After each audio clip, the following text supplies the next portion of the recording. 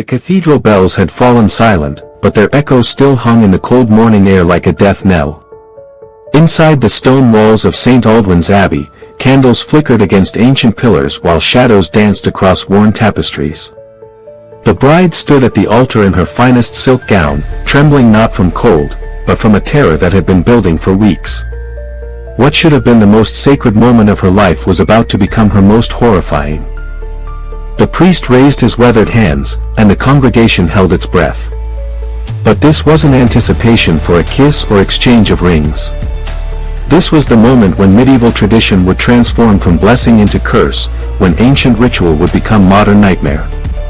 The groom stepped forward, his face a mask of grim determination. In his hands, he carried not flowers or jewelry, but instruments that would change everything.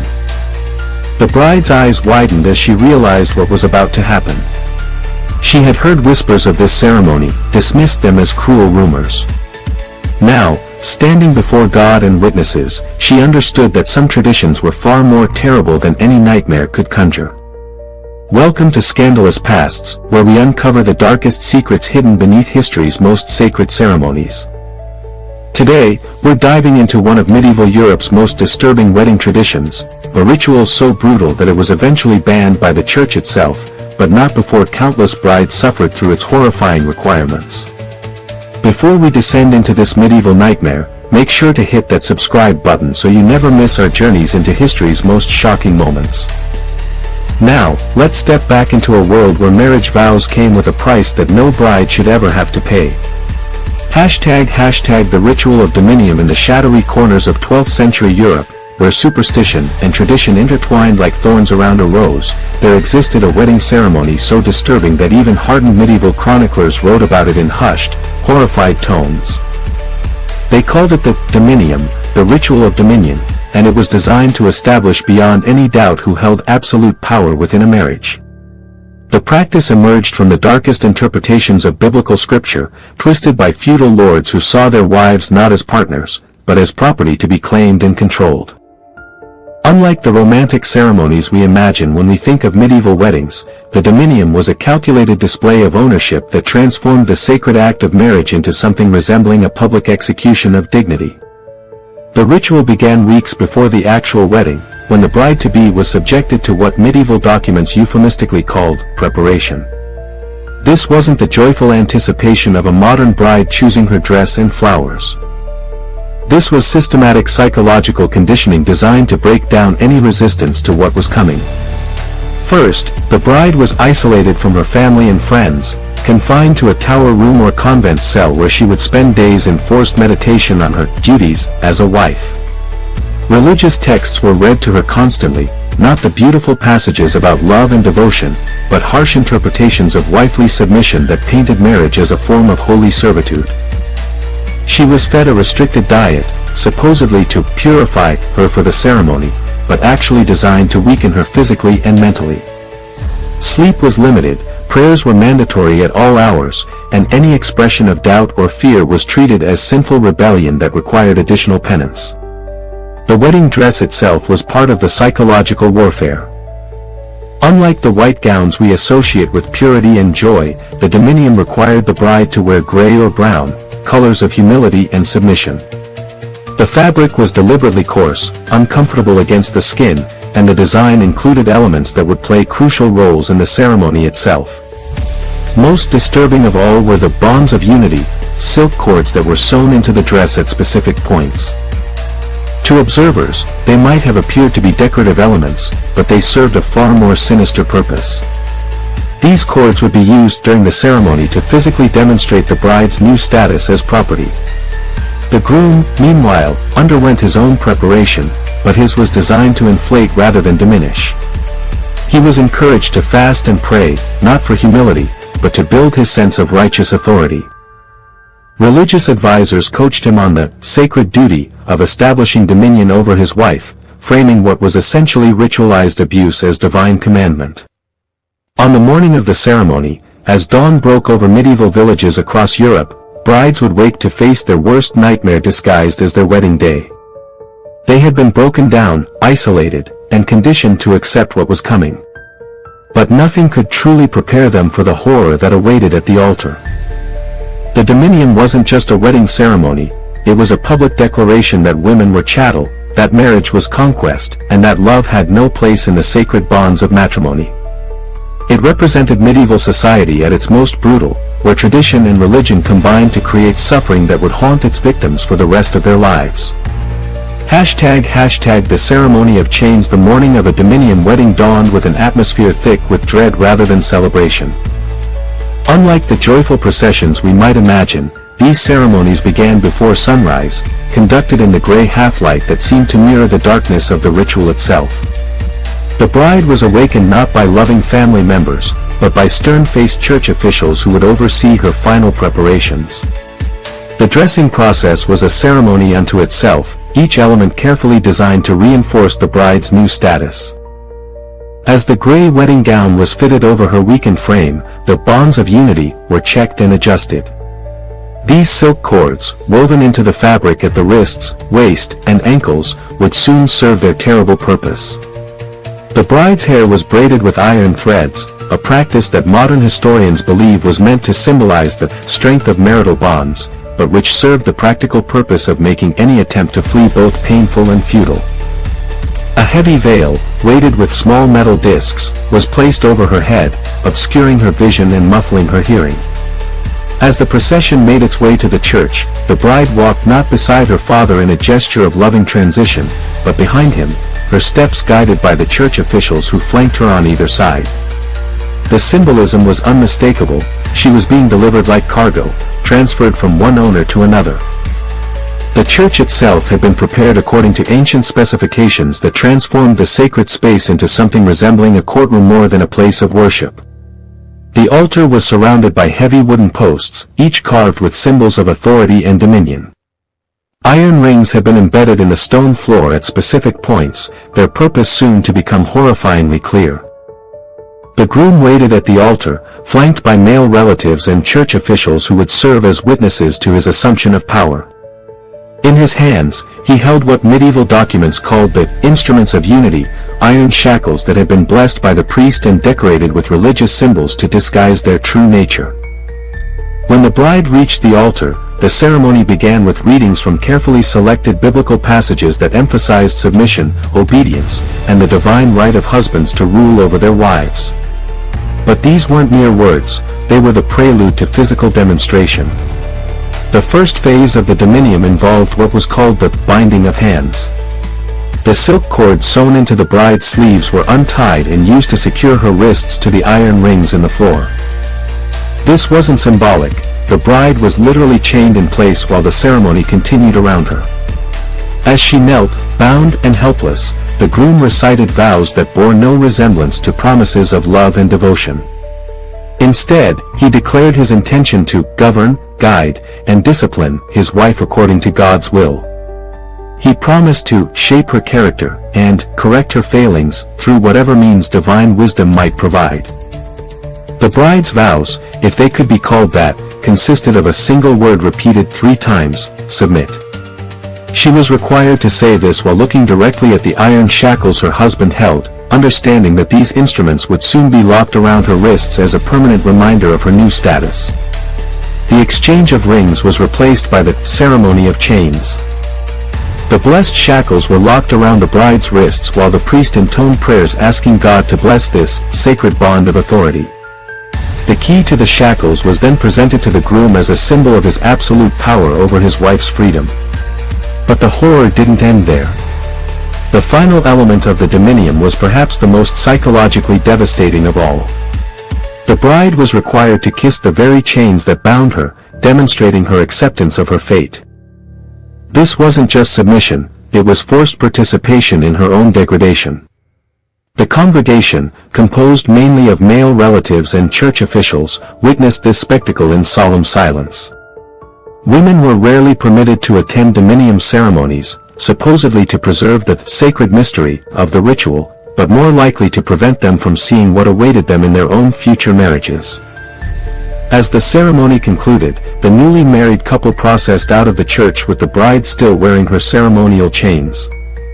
These would remain locked on her wrists for the first month of marriage, serving as a constant reminder of her new status and her husband's authority over every aspect of her existence. The wedding feast that followed was a celebration of conquest rather than love, with toasts raised to the groom's successful taming of his bride. The bride herself sat in silence, her chained hands a visible symbol of her transformation from person to property. The doctrine of sacred submission. The theological justification for the dominium ritual was as elaborate as it was twisted, drawing from centuries of religious scholarship that had been corrupted to serve the interests of male dominance. The ceremony wasn't presented as cruelty, but as divine commandment, a sacred duty that husbands owed to God and wives owed to their eternal salvation. The foundational text for these beliefs came from a deliberately mistranslated passage in Ephesians, which medieval scholars interpreted to mean that wives must submit to their husbands, as unto the Lord, in all things, without exception or limitation. This wasn't the loving partnership described in other biblical passages, but absolute servitude disguised as religious duty. Brother Aldrich of Montpellier, a 12th century monk whose writings became the theological foundation for the dominium, argued that women were created with inherent weakness of will that made them susceptible to sin and rebellion. According to his doctrine, marriage wasn't a union of equals, but a divine institution designed to place women under male authority for their own spiritual protection. His most influential work, De Dominio Matrimoniali, on marital dominion, laid out the theological framework that justified every aspect of the ritual. The chains, he argued, represented the bonds of salvation that protected wives from their own sinful nature. The isolation and conditioning were spiritual purification that prepared women for their sacred role as vessels of male authority. The church hierarchy, dominated by men who had never experienced marriage themselves, embraced these teachings with enthusiasm. They saw the dominium as a way to reinforce social order while demonstrating the church's authority over the most intimate aspects of human life. Marriage became another battlefield in the ongoing war between spiritual authority and human autonomy. Local priests were required to undergo special training to perform dominium ceremonies, learning not just the ritual elements but the psychological techniques needed to break down resistance and ensure compliance. They were taught to identify signs of rebellion in brides and to apply additional, spiritual discipline when necessary. The preparation period before the ceremony was carefully orchestrated to achieve maximum psychological impact. Brides were subjected to constant religious instruction that painted any resistance to the ritual as sinful rebellion against God Himself. They were told that their suffering was not only necessary but holy, a sacrifice that would purify their souls and ensure their salvation. Sleep deprivation was justified as spiritual vigilance, while the restricted diet was presented as holy fasting.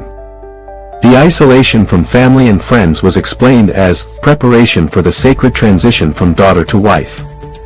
Every element of psychological torture was wrapped in religious language that made resistance seem not just futile, but blasphemous. The most insidious aspect of this theological framework was how it turned the victims into willing participants in their own oppression. Brides were taught that accepting the chains was an act of faith, that kissing the shackles was a demonstration of holy submission, that their suffering was a form of worship that pleased God. Some brides, broken by weeks of conditioning, genuinely believed that the ritual was necessary for their salvation. They had been so thoroughly indoctrinated that they saw the chains not as instruments of oppression, but as tools of divine grace. This psychological manipulation was perhaps more cruel than the physical restraints themselves.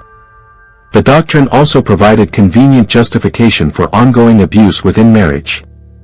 Husbands who beat their wives could claim they were providing spiritual correction. Those who isolated their wives from family and friends were protecting them from worldly temptation. Every act of cruelty could be reframed as religious duty. Church records from this period show that some priests had doubts about the dominium ritual, but these concerns were quickly suppressed by higher authorities. Any questioning of the practice was treated as heresy, and several monks who spoke out against the ceremony were excommunicated or worse. The theological framework supporting the dominium represented medieval Christianity at its most corrupted, where the message of love and redemption had been twisted into a justification for systematic oppression. It showed how religious authority could be weaponized to enforce social control and how sacred texts could be manipulated to serve the interests of those in power. The instruments of control. The physical elements of the Dominium ceremony were crafted with the same careful attention to psychological impact as the theological justifications. Every chain, every cord, every piece of ceremonial equipment was designed not just to restrain, but to break the human spirit through a combination of physical discomfort and symbolic humiliation. The ceremonial shackles themselves were works of twisted artistry, forged by blacksmiths who specialized in what medieval records euphemistically called ecclesiastical ironwork. Unlike crude prison chains, these were decorated with religious symbols and inscribed with biblical verses about submission and obedience. The irony was intentional. Beauty and brutality combined to create maximum psychological impact. The shackles were designed to be worn for extended periods without causing immediate physical damage, but with enough weight and restriction to serve as constant reminders of the bride's new status. They were sized specifically for each bride during the preparation period, ensuring a perfect fit that would be neither loose enough to remove nor tight enough to cut off circulation. The locking mechanism was particularly cruel in its sophistication. The key that opened the shackles was unique to each pair, and medieval records show that these keys were often melted down immediately after the ceremony, making the chains permanent fixtures. Some grooms kept the keys as symbols of their authority, wearing them on chains around their necks like trophies of conquest. The bonds of unity sewn into the wedding dress served multiple purposes throughout the ceremony. During the initial binding, they secured the bride to the iron rings embedded in the church floor. Later, they were used to connect her to her husband during certain portions of the ritual, creating a physical link that symbolized her complete dependence on his will. The weighted veil was another instrument of control, designed to limit the bride's vision and hearing while adding physical discomfort to the psychological trauma. The metal discs sewn into the fabric created a constant, subtle noise with every movement, making it impossible for the bride to forget her situation even for a moment. Church records describe the preparation chamber, where brides were held before the ceremony, a small, windowless room furnished only with a wooden bench and a crucifix. The walls were covered with painted scenes depicting biblical women in various states of submission, serving as constant visual reminders of the bride's expected behavior. The iron rings in the church floor were positioned according to precise measurements that forced the bound bride into uncomfortable positions throughout the ceremony. She couldn't stand fully upright, couldn't kneel comfortably, and couldn't sit without strain. Every position was designed to cause discomfort while maintaining the appearance of religious reverence. The ceremonial knife used to cut the bonds at the end of the ritual was another psychological weapon. Its blade was inscribed with warnings about the consequences of attempting to escape or resist marital authority. The groom's act of cutting his wife's bonds wasn't liberation, it was a demonstration that her freedom existed only at his discretion. Even the timing of the ceremony was calculated for maximum impact. The pre-dawn start meant that the bride faced her ordeal while physically and mentally weakened by lack of sleep. The duration of the ritual, often lasting several hours, was designed to exhaust any remaining resistance through sheer endurance. The positioning of witnesses was carefully orchestrated to reinforce the bride's isolation and helplessness. Male relatives and church officials surrounded the altar, creating a wall of masculine authority that made escape impossible even if the physical restraints had been removed. Perhaps most disturbing of all were the instruments of correction that were displayed during the ceremony but not used until later. These included various implements that the husband was authorized to use for spiritual discipline, whips, rods, and other tools of punishment that were blessed by the priest and presented as sacred objects.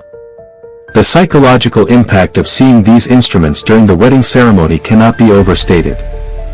The bride understood that her suffering was just beginning, that the chains and bonds of the ceremony were merely the prelude to a lifetime of authorized abuse disguised as religious duty.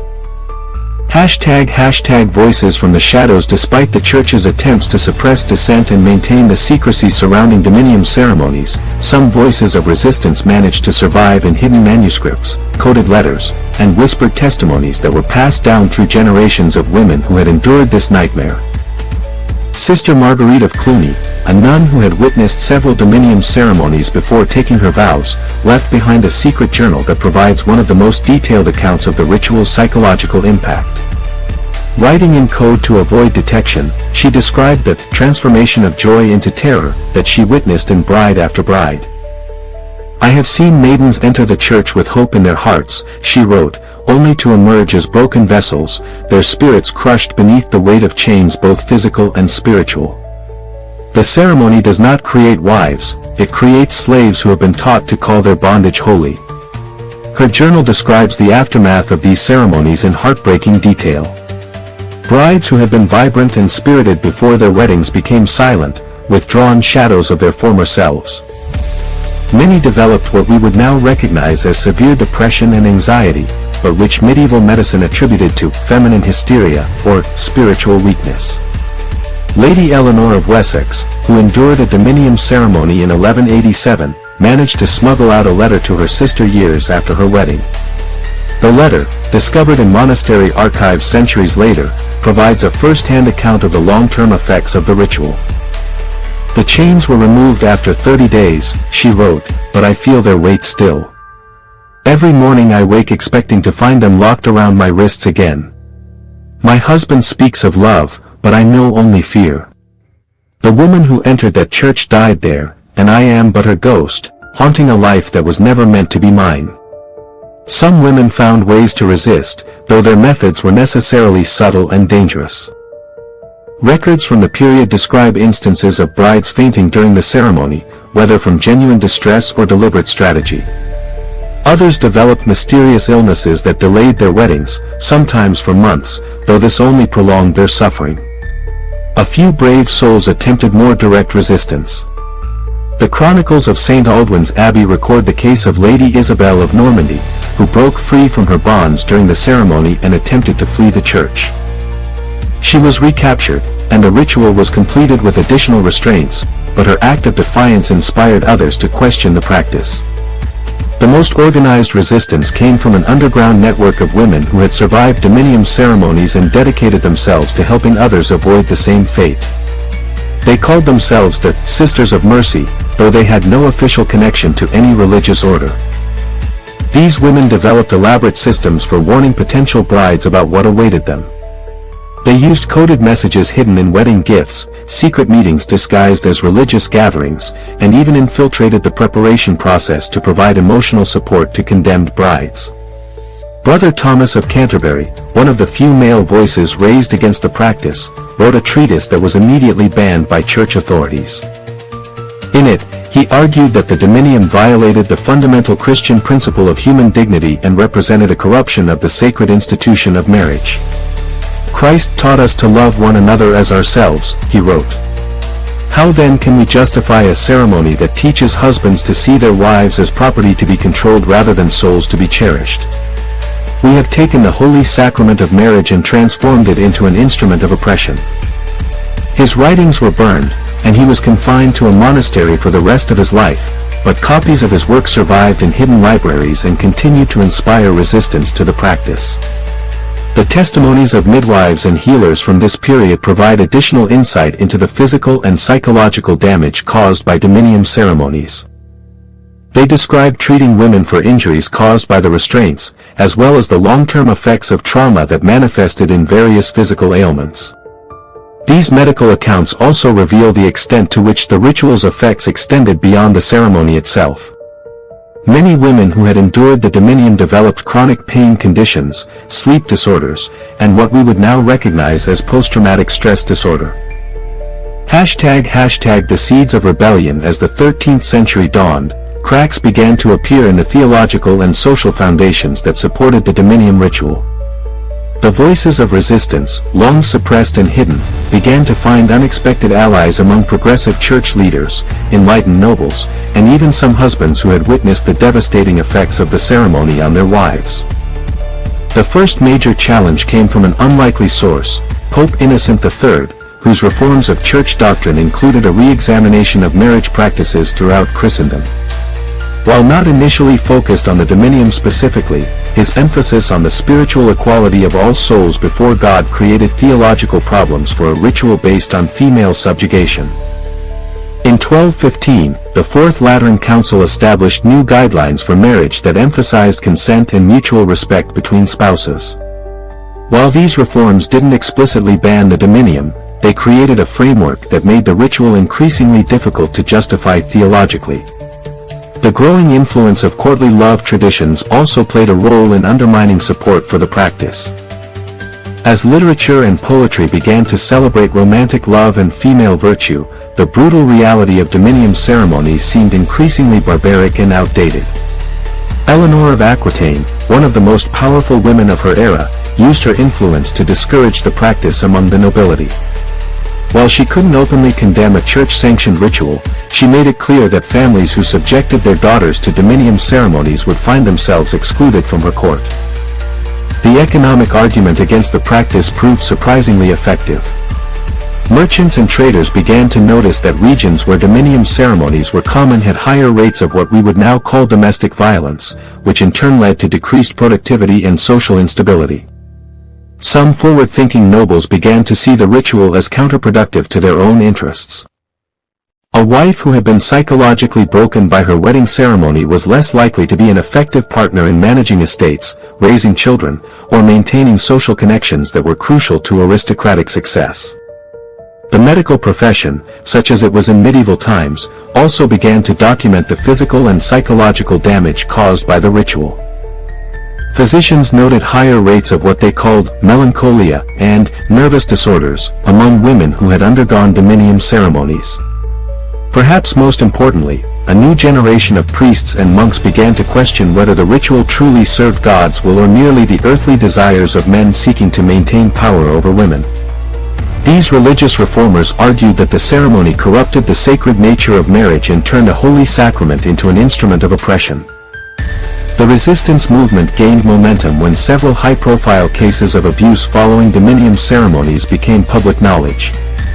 The death of Lady Catherine of York, who took her own life rather than endure further spiritual correction from her husband, shocked even supporters of the practice. Regional variations in the ritual also began to create problems for church authorities.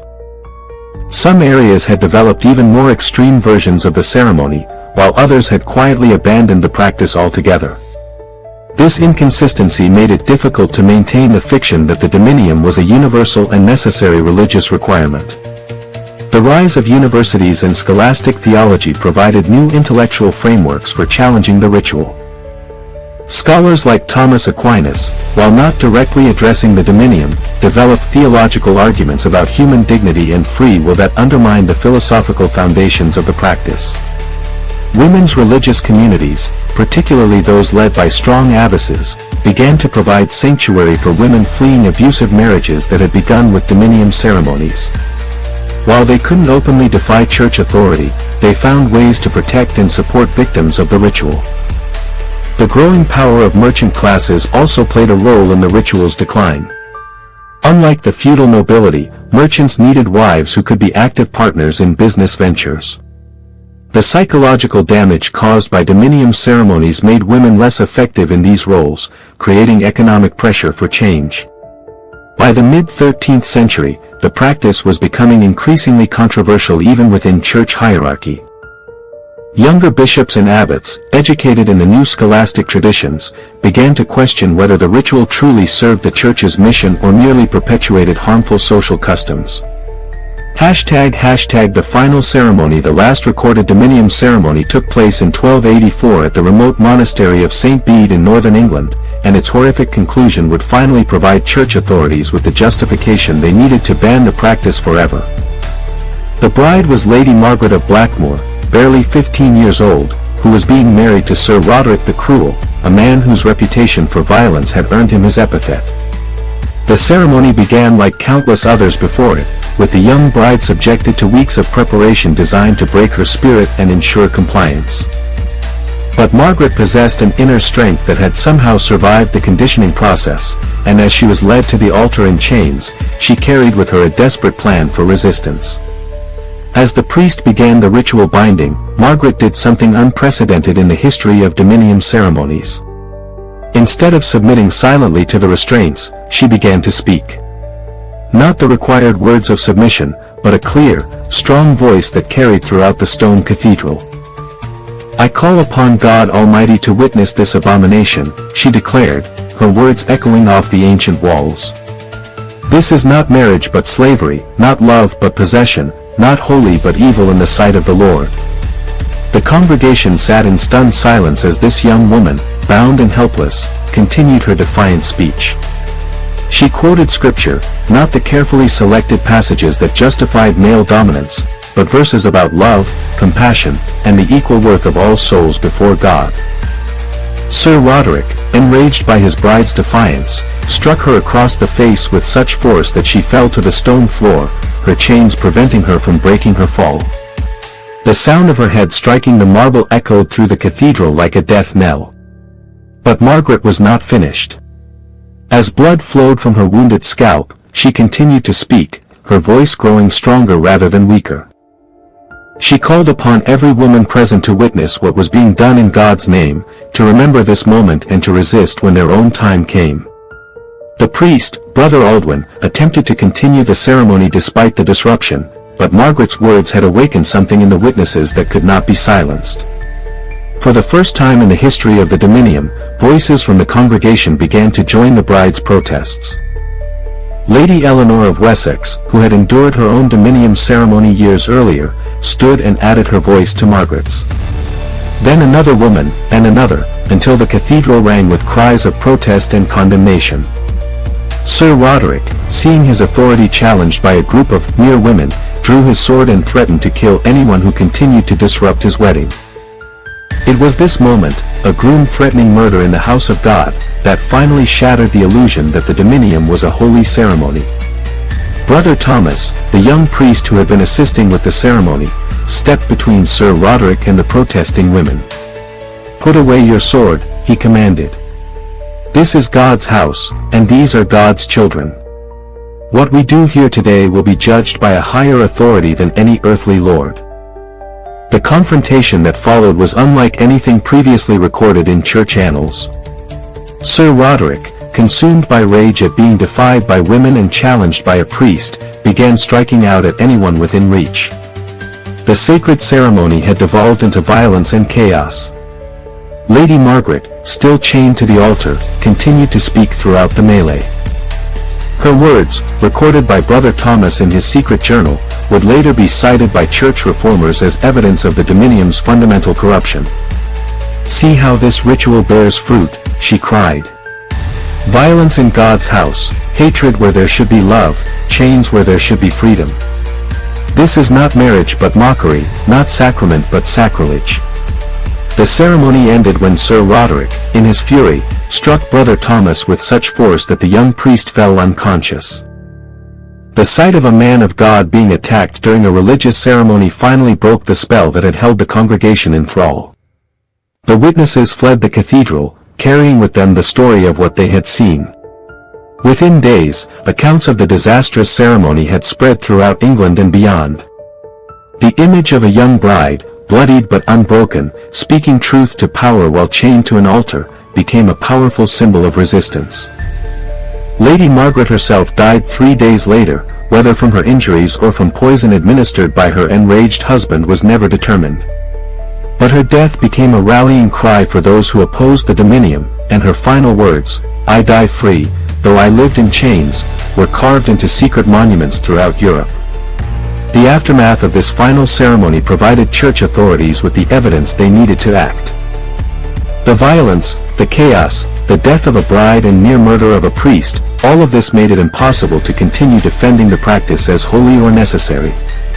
Hashtag the abolition and legacy. Within 6 months of Lady Margaret's death, Pope Martin IV issued the papal bull, Matrimonium Sanctum, which officially banned the Dominium ritual throughout Christendom. The document, while carefully worded to avoid directly condemning previous church policy, made it clear that marriage ceremonies involving physical restraints, forced submission, or ritualized humiliation were incompatible with Christian doctrine. The bull cited recent disturbances and grave concerns about the spiritual welfare of Christian brides as justification for the ban, but those familiar with the events at St. Bede understood the real reason for the Church's sudden change of heart. Lady Margaret's defiant stand had accomplished what centuries of quiet resistance had failed to achieve. The immediate response to the ban varied widely across Europe. Progressive bishops and abbots welcomed the change, seeing it as an opportunity to restore dignity to the sacrament of marriage. Conservative church leaders grumbled about feminine weakness corrupting sacred tradition, but dared not openly defy papal authority. Some regions attempted to continue modified versions of the ceremony, replacing physical chains with symbolic cords or maintaining the isolation and conditioning elements while abandoning the more obviously brutal aspects. But these half-measures proved unsustainable as awareness of the ban spread and victims found the courage to report violations. The secular nobility's response was more complex. Many lords who had used the dominium to maintain control over their wives and daughters resented the Church's interference in what they saw as family matters. Some attempted to create their own secular versions of the ritual, but these lacked the religious authority that had made the original ceremony so psychologically devastating. The economic and social changes that had contributed to the ritual's decline accelerated after its official abolition. The rise of merchant classes, the growth of universities, and the increasing influence of courtly love traditions all worked to create a cultural environment where the dominium seemed not just cruel but absurdly outdated. Perhaps most importantly, the ban gave legitimacy to the resistance movement that had been operating in secret for decades. The Sisters of Mercy emerged from the shadows to become an official charitable organization dedicated to helping women escape abusive marriages and providing support for those recovering from trauma. The theological implications of the ban were profound. By acknowledging that the dominium was incompatible with Christian teaching, the Church implicitly admitted that centuries of religious scholarship had been corrupted by worldly concerns about male dominance and social control. Progressive theologians seized on this admission to launch broader reforms of church doctrine regarding women and marriage. While full equality remained centuries away, the abolition of the dominium marked the beginning of a slow but steady evolution toward more humane interpretations of Christian teaching. The ritual's legacy lived on in the folk traditions and cautionary tales that were passed down through generations of women. Stories of brave brides who resisted their chains, of the terrible price paid by those who submitted, and of the final ceremony that brought the nightmare to an end became part of the oral history that shaped women's understanding of their own worth and rights. Legal scholars have noted that the ban on the dominium established important precedents for limiting religious authority over personal relationships. The principle that even sacred ceremonies must respect basic human dignity would later influence laws regarding marriage, divorce, and domestic violence. The psychological insights gained from studying the effects of the ritual contributed to medieval medicine's growing understanding of what we now call trauma and mental health. Physicians began to recognize that emotional wounds could be as serious as physical injuries, leading to more humane treatment of those suffering from various forms of psychological distress. Modern historians studying the dominium have found parallels to other forms of ritualized oppression throughout history. The ceremony's combination of religious authority, social pressure, and psychological manipulation has been compared to various forms of institutional abuse, providing insights into how such systems develop and can be dismantled. The story of the ritual's abolition has also become a case study in how social change occurs. The combination of grassroots resistance, elite support, economic pressure, and a catalyzing event, Lady Margaret's defiant stand, created the conditions necessary for institutional reform.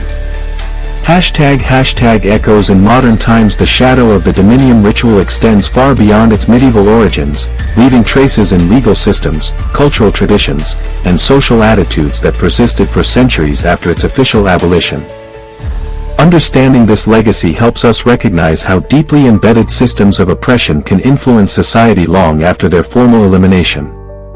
In many European countries, marriage laws retained elements that reflected the dominium's underlying philosophy well into the modern era. The legal concept of coverture, which made married women the property of their husbands, drew directly from the theological justifications that had supported the ritual. Women couldn't own property, sign contracts, or even control their own earnings without their husband's permission.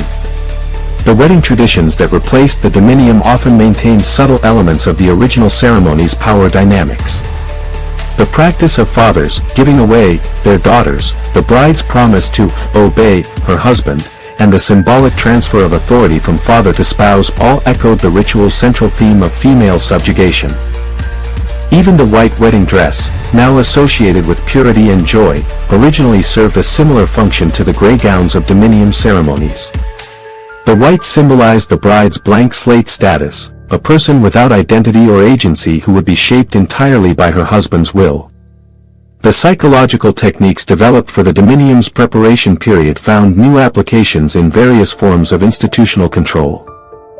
Isolation, sleep deprivation, restricted diet, and constant indoctrination became standard methods for breaking down resistance in prisons, military training, and religious cults. The ritual's influence on literature and art was profound and lasting. Gothic novels of the 18th and 19th centuries frequently featured young women trapped in oppressive marriages, echoing the themes of the medieval ceremony. The image of the chained bride became a powerful symbol in feminist literature and political movements. Legal scholars have traced the development of domestic violence laws to the gradual recognition that the authority granted to husbands by traditions like the dominium was fundamentally incompatible with human rights. The long struggle to criminalize marital rape, for example, required overcoming centuries of legal precedent that treated wives as their husband's property. The ceremony's theological legacy proved equally persistent. Many Christian denominations continue to teach female submission as a religious duty well into the 20th century, using the same biblical passages that had justified the dominium. The ordination of women clergy faced resistance based partly on arguments that had originally supported the ritual. Educational institutions reflected the dominium's influence in their treatment of female students. The belief that women were intellectually inferior and needed male guidance shaped curriculum, admission policies, and career counseling for generations. The fight for educational equality required dismantling assumptions that traced back to medieval ceremonies like the dominium. The medical profession's understanding of women's health was also shaped by the ritual's legacy. Hysteria and other supposedly female-specific mental disorders were often attributed to women's failure to accept their proper submissive role, a direct echo of the dominium's theological framework. Modern psychologists studying trauma have found valuable insights in medieval accounts of the dominium's effects. The ceremony's systematic use of humiliation, isolation, and forced compliance provides a historical example of how psychological abuse operates and how its effects can persist across generations. The ritual's influence on economic systems was equally significant. The exclusion of women from business, property ownership, and financial decision-making reflected the dominium's teaching that women were incapable of independent judgment.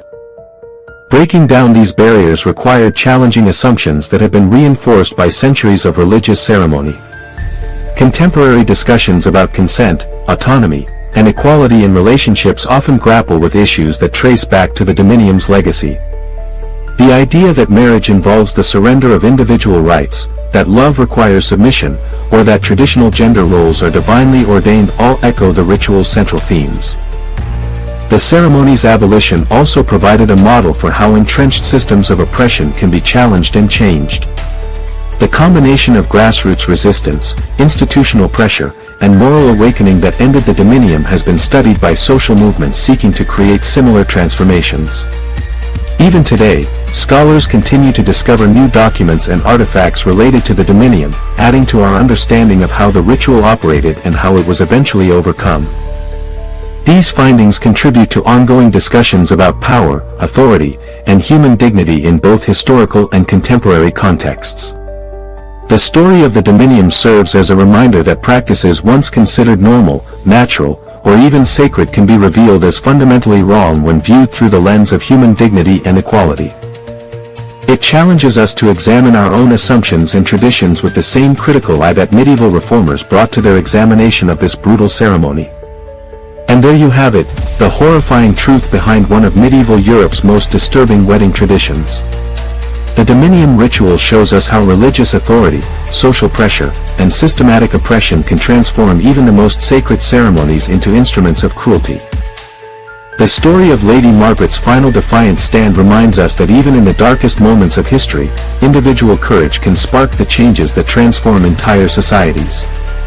Her willingness to speak truth to power, even while chained and bleeding, ultimately helped free countless other women from this nightmare. What aspect of this medieval horror story shocked you the most?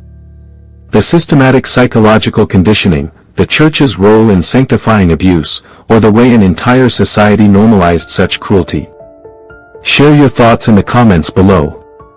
If this journey into history's darkest wedding traditions captivated you, make sure to hit that like button and subscribe to Scandalous Pasts for more shocking tales from the shadows of the past. Ring that notification bell so you never miss our deep dives into the scandals that shaped our world. Remember, the stories we tell here at Scandalous Pasts are fictional tales that may draw inspiration from real historical events and human nature, but they are crafted for entertainment and reflection rather than historical fact. Until next time, keep questioning the traditions we take for granted, and remember, progress often begins with someone brave enough to say, "This is wrong," even when the whole world disagrees.